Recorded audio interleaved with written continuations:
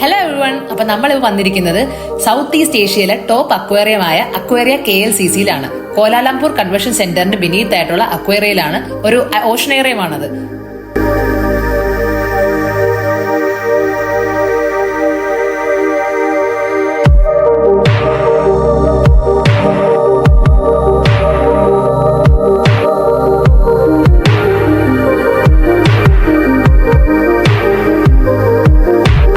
Around 5,000 different species of aquatic and land-bound creatures അതിന്റെ natural ഹാബിറ്റാറ്റിൽ around 60,000 square ഫീറ്റിലാണ് ഇവിടെ ഒരുക്കിയിരിക്കുന്നത്. 2 underground ടണൽസും ഉണ്ട്.